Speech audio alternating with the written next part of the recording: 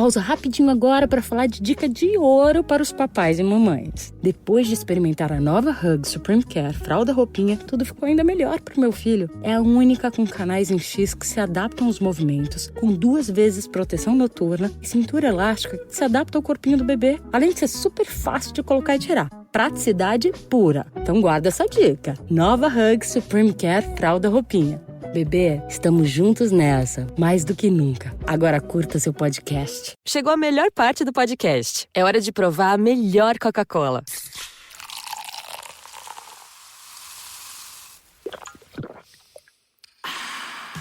A Coca-Cola sem açúcar. O sabor irresistível da Coca-Cola, sem açúcar e igualmente refrescante. Coca-Cola sem açúcar. A melhor escolha.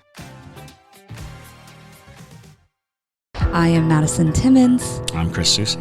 And we're paranormal specialists who live in the most haunted city on earth, Savannah, Georgia. Every day is Halloween in our line of work, so join us as we spin true tales of haunts, murders, and disturbing Savannah history.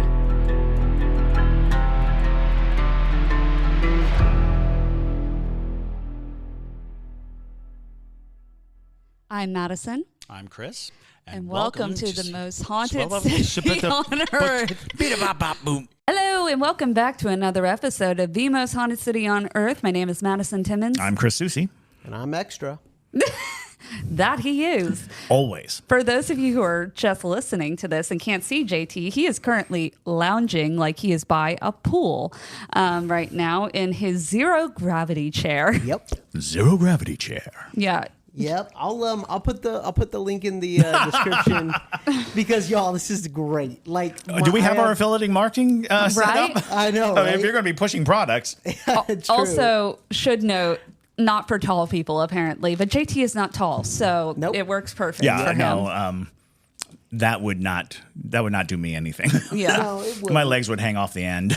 Yeah, it wouldn't. It's phenomenal though. I've been looking for something that is going to keep me, suspended. So this is excellent because my scoliosis has been sucking lately, especially because I'm like spending all my days here building the studio, and so it's something else. I really like it. So this is my look now. Yeah. Lounge Lounge core.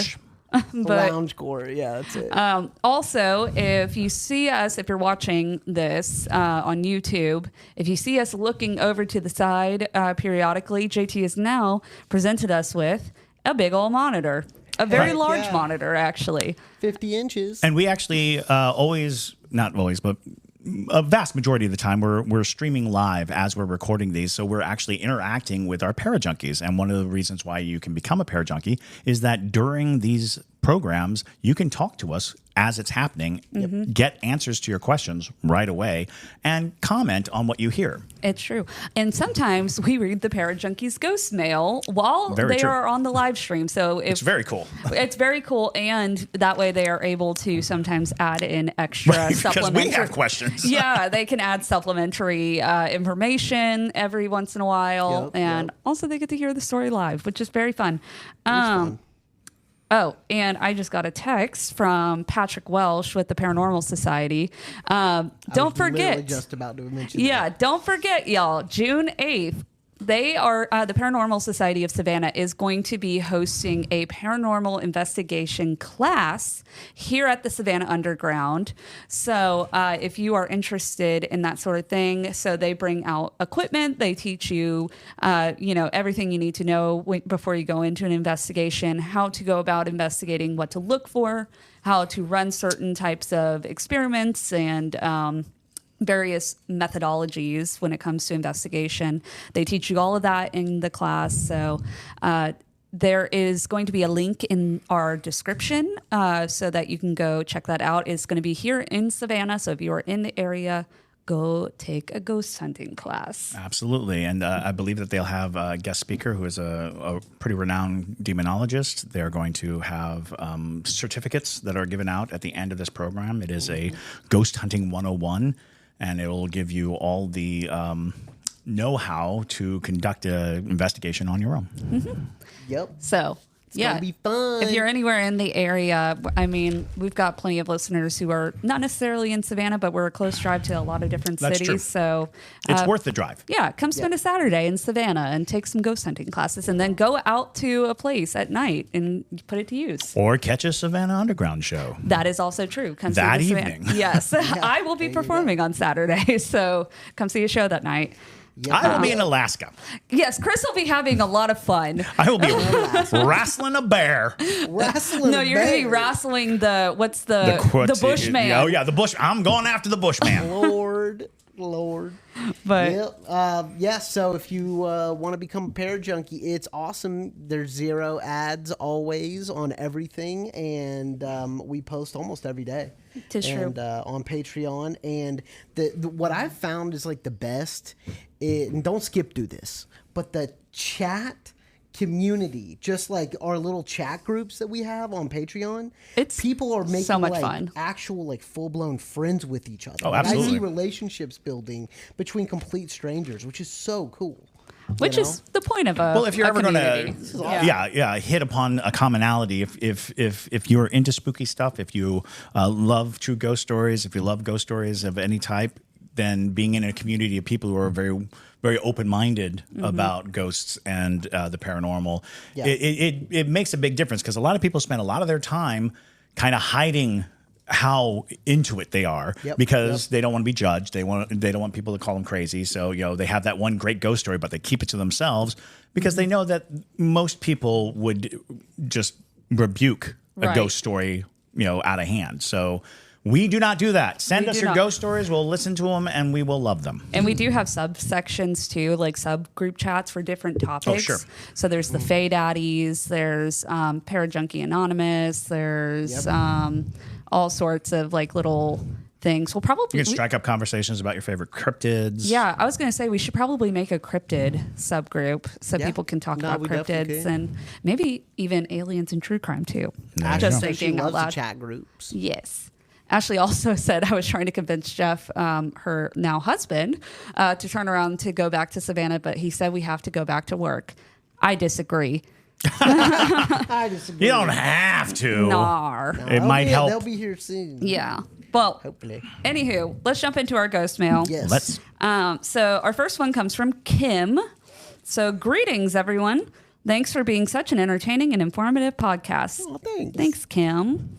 I've been listening all year, and I'm completely addicted. I've been Parajunkie. Parajunkie. Parajunkie. I've been a sensitive all of my life, and it's very odd to me because I'm one of those sensitives that people can see.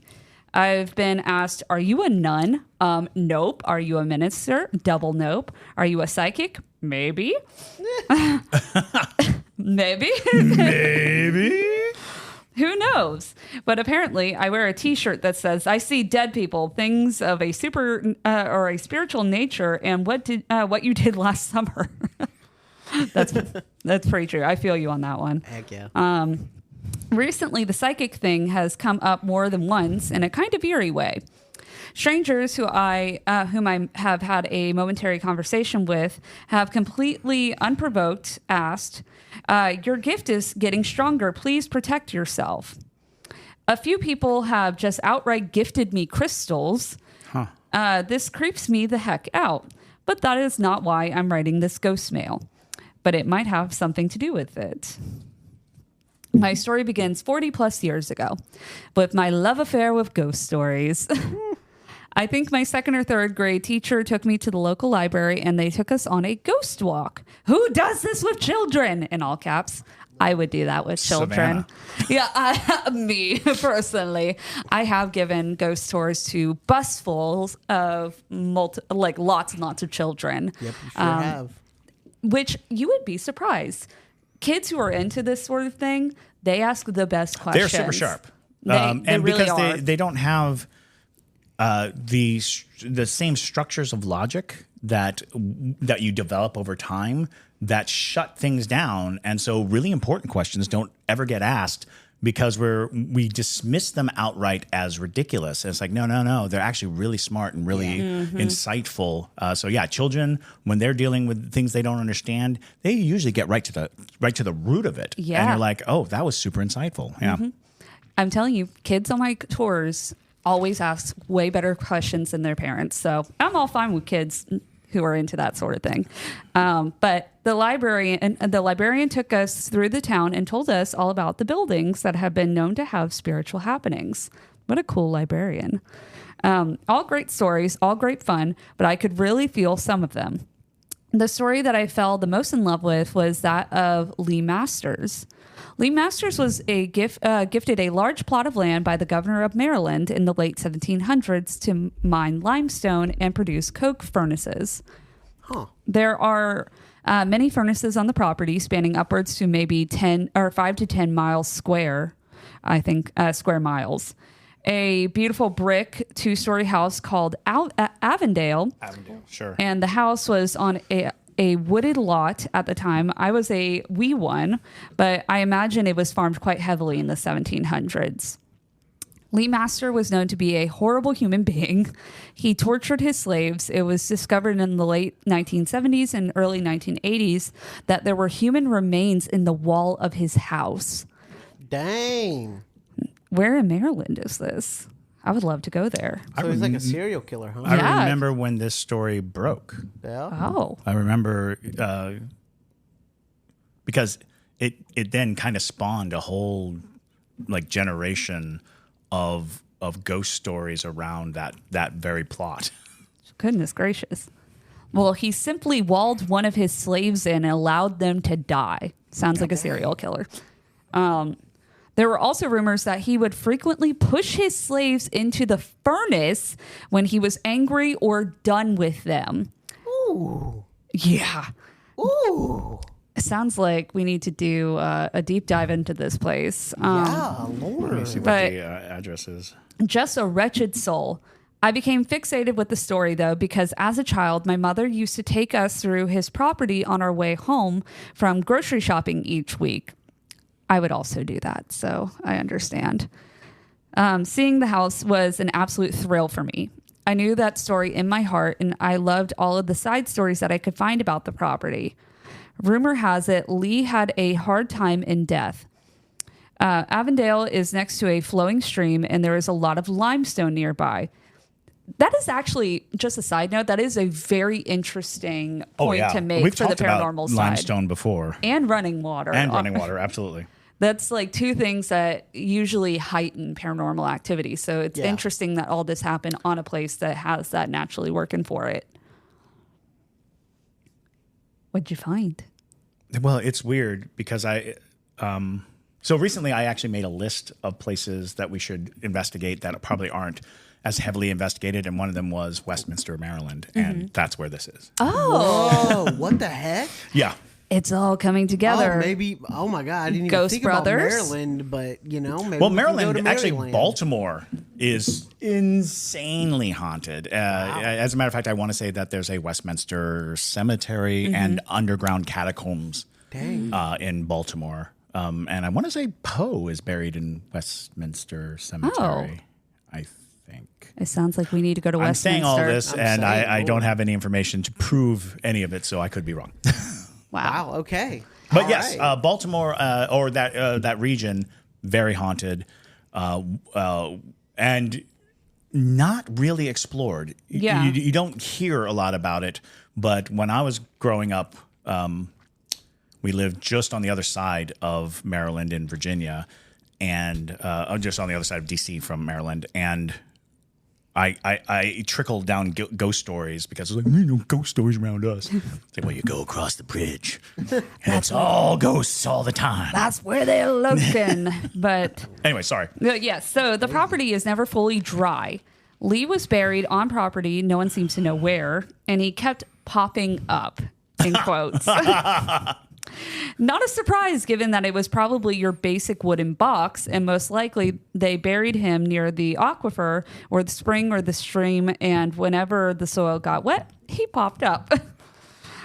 This became a problem, so he was taken to the Church of Ascension in the middle of Westminster.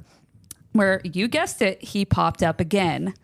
He was then reburied, and a marble slab was put on top of his grave to keep him down. So the practice of putting slabs over graves, that's a big thing around here because it is very common in the swampier areas because the loose ground and the moisture in the ground causes the bodies to just pop up out of the ground. So above ground, that's what I was going to say. Burial structures and marble slabs, putting down a slab to keep the weight on top of the body. And Alex, you'll probably agree with this one. If you go to New Orleans, most of the graves are above ground. Because the ground, they're below sea level there. So yeah. But yes, so years later, lightning struck his grave. Boom! Oh, wow. It put a huge crack down the marble slab. Even God was like, no! What? That's crazy. That's insane. Within the last 30 years, the city paid to put a new concrete slab on top of him. All of this is creepy enough, but then there are the typical ghost stories about the property. Black cats with red eyes supposedly could be found. A specter riding on horseback could be seen on moonlit nights. The sounds of crying with no one around. The kind of ghost stories that make a 10-year-old absolutely full of imagination and delight. I can't tell you how I would press myself against the car window, searching for those cats or that horseman every Thursday night. Flash forward 20 years. My husband and I were looking to upgrade our house in the middle of a housing bubble. We had been turned down 12 different times on different properties. And then I saw a for sale sign. Please tell me you didn't buy Masters property. Yeah. Because we're coming. We will. If you did, We're coming for a on our visit. way. Yeah. I followed the long and winding driveway up, and there was a perfect Cape Cod. Love at first sight. I couldn't believe it was still for sale. I walked the property, no one was around, and I couldn't find any signs of people anywhere. This had to be it. Lo and behold, the house had been vacant for 5 years, and we probably bid way too high in our eagerness, but we got the money pit. What? It was ours. Okay, hold on. Now I can't wait to like hear how this ends because like if they have it, oh my God. What I hadn't realized in the entire process was the trees had grown up quite a bit in 20 years, and the Leigh Masters house that I remembered so fondly passing all those years ago was actually right below my property on the hill. I now own some of Leigh Masters' property. No. And was within spitting distance of his home. Yo. Before we did anything to the house, I sat alone in the house and had an audible conversation with whatever was in there. Ooh. Thank you for letting us have this space. We love it here. We have plans. This is what we want to do. Please know we mean no harm and we come in peace. Nothing has bothered us in our home in the 21 years of living here. We love it. So nothing has bothered us in the home. But in the first few months of being at the house, I was walking my puppy down the driveway and we came upon an 8-foot pillar of steam. Ooh. It was on the side of the driveway, tall and straight, not a cloud, not a oozing mist, but clearly a column. Huh. My dog wigged the hell out. Well, yeah. She started pulling at me and barking frantically at the pillar. She started nipping at my heels and whining. We all know to trust our pets, but I was fixated. I knew what it was. I did not feel threatened, but it was clearly letting me know that it was there. The mist moved across the driveway and vanished. I was more curious than frightened, but definitely felt the need to tell my skeptical husband. He shrugged it off as a crazy Kim thing. Then there is the woods. I own 4 acres of them. The state owns 177 acres of them. And the persons who owned Avondale proper, Leigh's actual house, owned the bottom bit next to the stream. The woods are a most inhospitable place.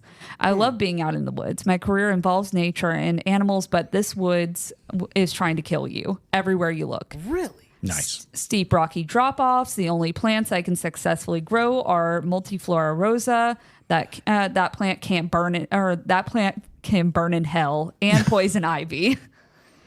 Wow. My dog ran off once, and I went looking down in the lower part of the property and found myself trapped in a stand of devil's walking sticks with the longest thorns I had ever seen, at eye level, mind you. Oof. It was like something out of Sleeping Beauty. Whatever wanted to be protected there certainly was trying.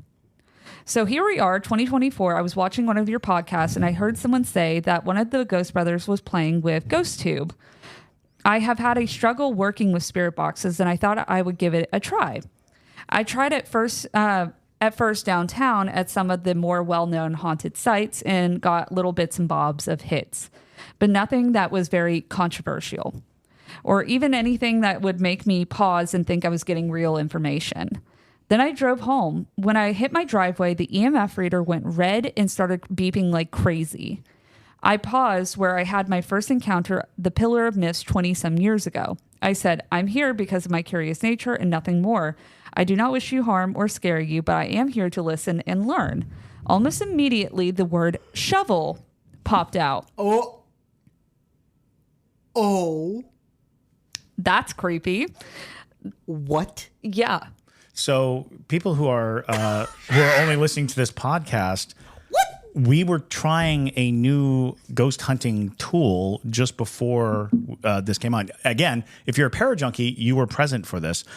We were trying the Spirit Chat version 4, which is a word bank like the Ovilus. And shovel came up, and we spent a lot of time making fun of the concept of, because it was like follow me, shovel, major, major. So yeah, it was a prominent enough word. Coley said, "Wait, what?" Yeah, so the Parajunkies who were present for us playing with this spirit box, but that's such a distinct thing. Yeah, like shovel. Yeah, like, yeah. What? And also, then I can't talk right now. Didn't it say something like yes, can't say or something? Something like that. Yeah. Do you have the words up? No, unfortunately, them? yes, Yeah. It does not save them Well, I have in it anything. filmed. So we have it filmed. Yeah. I have it filmed. But it said something very sentence-like. It wasn't me or something like that. Right. In any case, that's kind of chilling in a weird way, because that Kind of. box Yeah. has The hell? that specific Spirit Chat has proven to be very, if nothing else, coincidental. Yeah. Like preternaturally coincidental, supernaturally coincidental. Yeah, that's nuts. Everybody's freaking out in the chat over that. But anyways, What the French toast? what the French toast? Shut the front door. Well, I'm reading from our feed from our Parajunkies. Shocked Pikachu face. Shocked Pikachu face. Pikachu. But okay. Okay. Continuing on. Sorry, we don't mean to hijack this. Yes. But okay, weird. Then the EMF thing went all green and nothing. The next day, I was more intentional. I stopped the car, opened the windows, and greeted the spirit or spirits warmly. This time I got, "What is your name?" I gave them mine and asked theirs. Nothing. Then I said, "I'm very pleased to meet you, and I don't want to offend, but you are not welcome inside my home. You may be here in the woods, that is your home, but you are not welcome inside my home." The EMF reader went green, and I was alone again. The next day, I spoke of my phone and how I could hear them with it, and how I could see them when they touched my phone. The phone went red instantly, and the message I received was, "I'm inside. It's cold." I did have the air conditioning blasting, and the EMF was just screaming its head off. Once again, I said, "Thank you for talking to me. Just remember, you are not welcome in my home." The following day, there was no EMF warnings, no change in color, simply light green, no beeps. I opened the window and asked, "Is there anyone here who wants to speak with me?" All was quiet. I said, "I don't see you today. I don't mean to be rude, but..." And as I started to continue on, I heard, "I'm here, up here." So I kept driving up to my driveway. And darn it, if the EMF reader or detector wasn't bright red, it immediately said, "I told them." "You told who?" I inquired. No response. I pressed again, "What is your name?" No response. Then I said, "Just remember, you are not allowed in my home. The forest is your home. The house is mine. Go back to your home." Instantly, the response was, "Sorry, goodbye." And the EMF reader went green again. Wow. Today, it asked me, "Am I dead? It said, oh, crap. How do I answer that? I don't know if they are dead. For all I know, they could be broadcasting themselves from somewhere else. I said, I honestly don't know the answer to that question. I do know that I can feel you. I can only feel you and I can only hear you, but I cannot see you. Does that make you dead? And then it disappeared. So I feel like I've opened Pandora's box. First, I need to know the etiquette to this. If I know that they are there, do I have to acknowledge them every day? And we are planning on tearing down a small amount of the forest. Oh. I've been trying to be polite and firm and telling them that this is what we are going to do and reassuring them that there will be plenty of trees left. Whatever it is hasn't seemed to acknowledge this yet. Oh, and guess what showed up in the last 3 months? A black cat with glowing red eyes. What? Nice. Yeah. Like a whole black cat with glowing red eyes? Yeah, and she said earlier that when she was a kid... That was a frequently cited specter. Yeah. This I can easily explain away scientifically. The cats have obviously been dumped, and they probably are malnourished, and a magnesium deficiency will lead to a red tapetum lucidium, causing the glowing red eyes. She works with animals and wildlife. But still, hella creepy. Hella creepy. Thanks again for everything you do. I'm completely fascinated, Kim. Well, Kim. That was a great letter. We would love to come visit you. Yes, if you're open to having some people come out and investigate, I do have like so many questions. I have so many questions. I'll email you. But first off, it was interesting because you started the letter off by saying that people were unprompted kind of giving you clues that you're stirring the pot, that you need to protect yourself, giving you crystals, things like that. That almost immediately says that you are in communication and your aura is now broadcasting that you are in connection with spirits. If other people and people who may not even be sensitive are suddenly like, oh, I noticed this about you, it's because you are actively and very likely bonded with a spirit. That is something that sometimes happens. People will note and notice the bond. Oh, interesting. Trisha. Magnesium is zinc. What? There's the Remember first word we of got the was spirit. zinc. Yeah, zinc. I remember that. So the Spirit Chat version 4, definitely the very first word it said was zinc. And we were like, oh, that's fluff, probably. Yeah, we thought it was just a fluff word, Yeah. because it didn't seem to rely or have anything to do with anything. Very interesting. Very interesting. The question of, do you need to acknowledge them?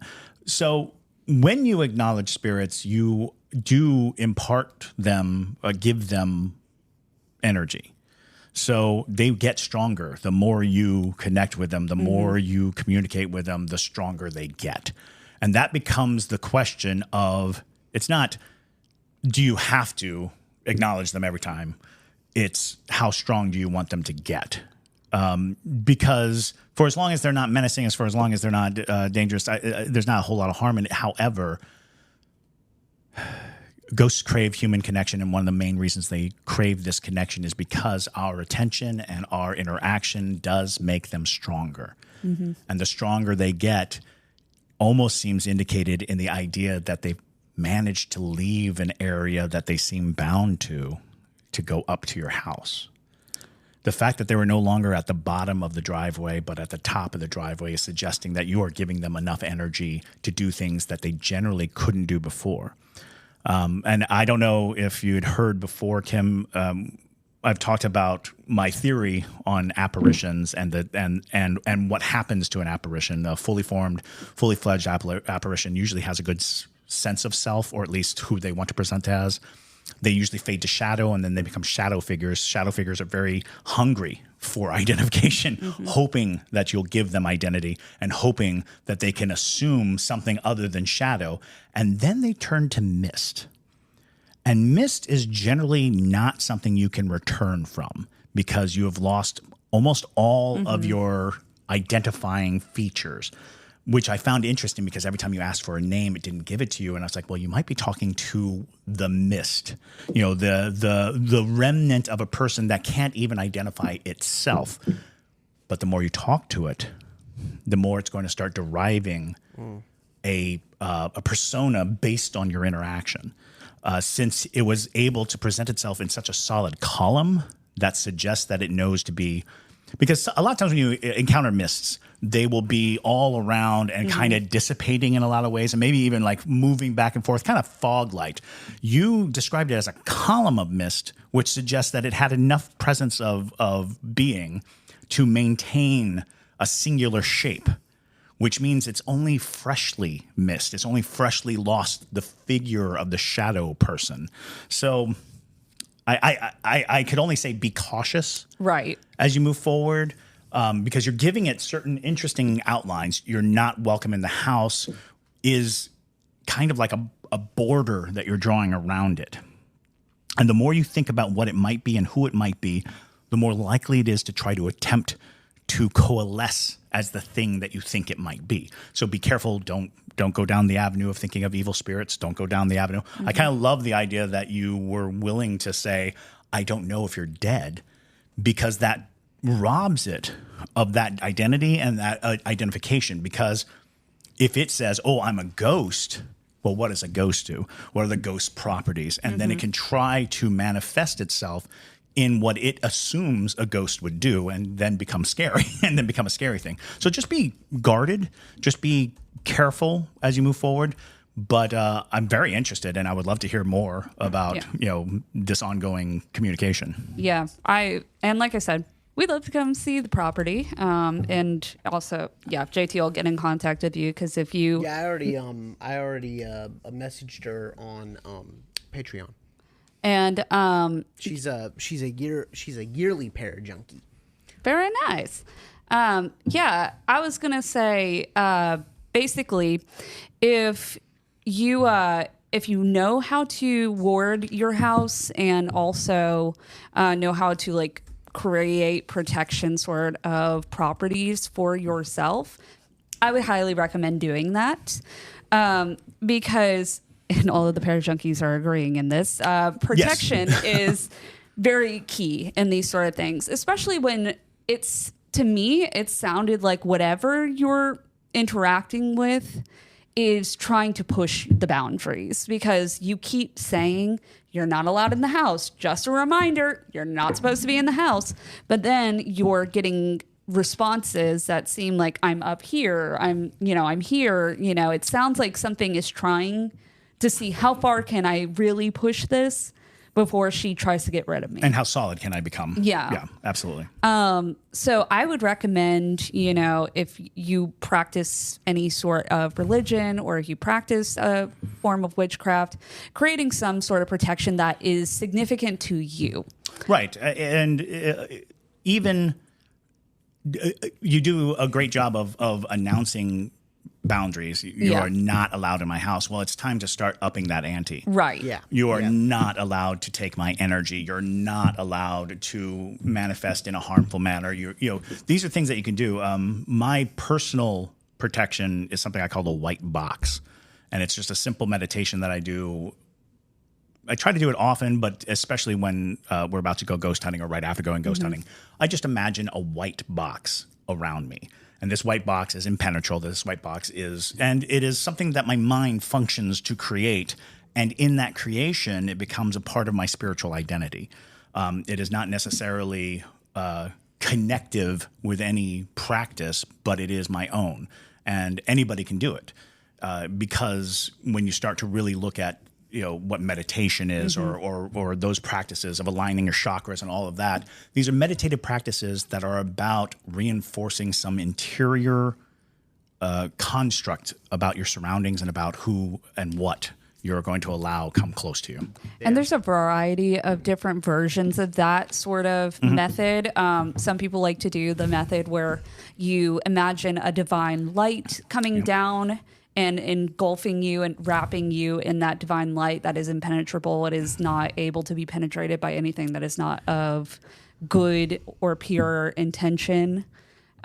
things like that.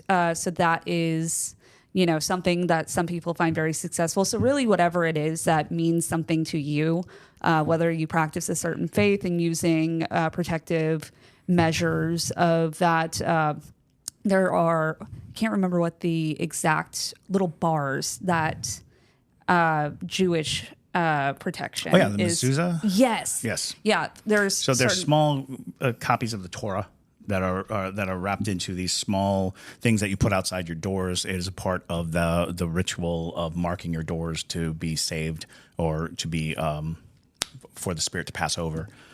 So yes, there are many practices throughout. Yeah.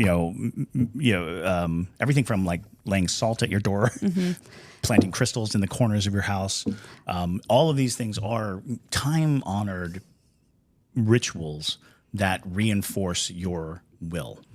So my question is Leigh, what's his name? Leigh Masters. Leigh Masters, not Majors, because I was like, Yeah, that would have been too much. No, That would have been too much. Too much. That would have been way too much. But does Leigh Masters, did he make that land evil, or did the land make him evil? That's my number one question. What an excellent question. That is is a really solid good, question. interesting question. Because we were talking about limestone deposits and what that really does. I generally like to say that evil people tend to be evil. He was probably an evil man. However, there are a lot of things that go on, especially when you're talking about slave owners, and because that's an evil practice, and the corruption of taking advantage of that and what that does to your spirit and your soul. These concepts come into play, but there's also the idea that the land was probably, more than likely, taken from indigenous peoples. There's no doubt a long line of tyranny and treachery that ultimately produced this person.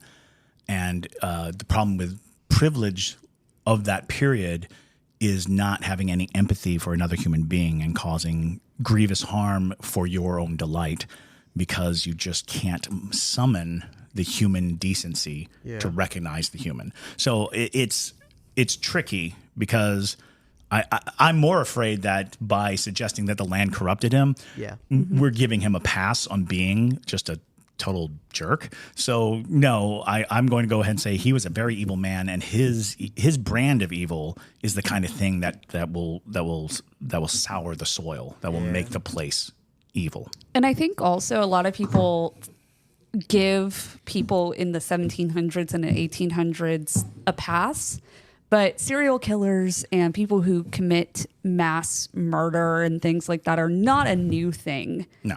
It's changed and evolved over time. I mean, you literally look at Elizabeth Bathory. And did I say that correctly? Is that the wife of Bathory? The wife of Bathory.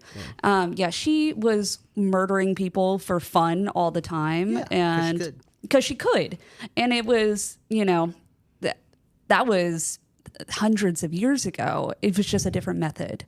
Yeah.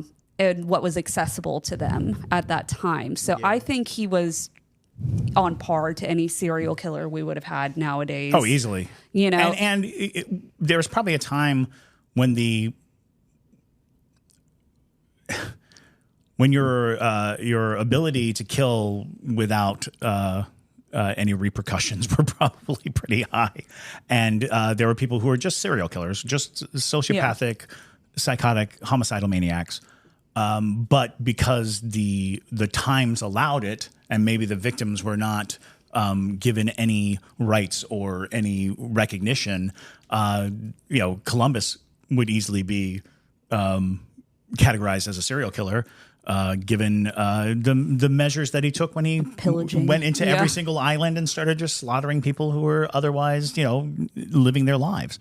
So there's plenty of things. We've got some interesting messages. Yeah, Alex dropped a really interesting one that I didn't know of why it's at a slant. Why mezuzahs are at a slant is because basically what she was saying is that two rabbis couldn't agree on vertical or horizontal, so they compromised with a slant, which is why That's pretty awesome. They are always that slant. As a matter of fact, so we used to live in a house, and it's Megan's studio now, where every door has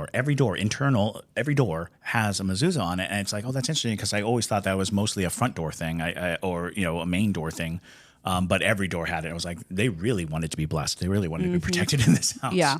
But also, Coley says that they envision Thor's lightning filling them up and surrounding them, and it helps them push away those dark entities that might be encroaching. And that is how deities get their mojo. That's part of the whole concept of having a deity to worship is the exchange is their protection. So yeah, absolutely. Being able to call upon something that you feel very personal connection to come in at your time of need and furnish you with power of faith. Yeah. So lots of different things that you could look into as options, but yeah, just doing the protection thing, just as there's nothing that's ringing major alarms, like you have to be like super overtly worried, but just like precautionary, as everybody should be, Moving forward, just pay attention. The fact that the spirit's on the move is very interesting to me, and we'd love to hear more. Yeah. So thank y'all so much for listening to today's episode, and thank you to Kim for sending in her stellar ghost mail. Super good ghost mail. I'm very excited to hear more about this, and hopefully we will get to come out to your property eventually. And Parajunkies listening to us live. We're doing another episode after this, so don't go anywhere. Don't go anywhere. Stay right there. But thank y'all again. We hope you have a wonderful rest of your day whenever you're listening to this. And my name is Madison Timmons. I'm Chris Susi. And stay spooky, y'all.